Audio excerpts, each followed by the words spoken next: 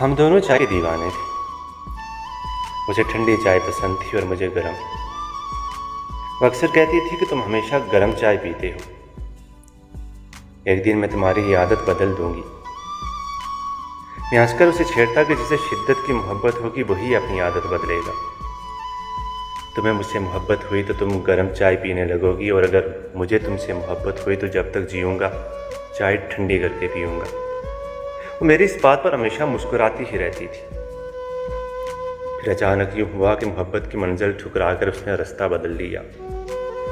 उसके बाद मेरी आदतें बदल गई। अब मैं अपनी ज़िंदगी नहीं जीता, बस उसकी याद के लम्हों में जी रहा हूँ। बरसों से गर्म चाय ठंडी करके पी रहा हूँ। एक दिन मुद्दत बाद वो एक झील के किनारे पर एक होटल में नजर आई, तो अपनी मोहब्बत के बमर में डूबे मेरे दिल को जैसे किनारा नजर आ गया। वो बज़ाहिर तो किसी और के संग हंसते मुस्कुराते जी रही थी, लेकिन असल में वो मेरी ज़िंदगी जी रही थी बेख्याली में, लेकिन बाप उड़ाती गरम चाय पी रही थी।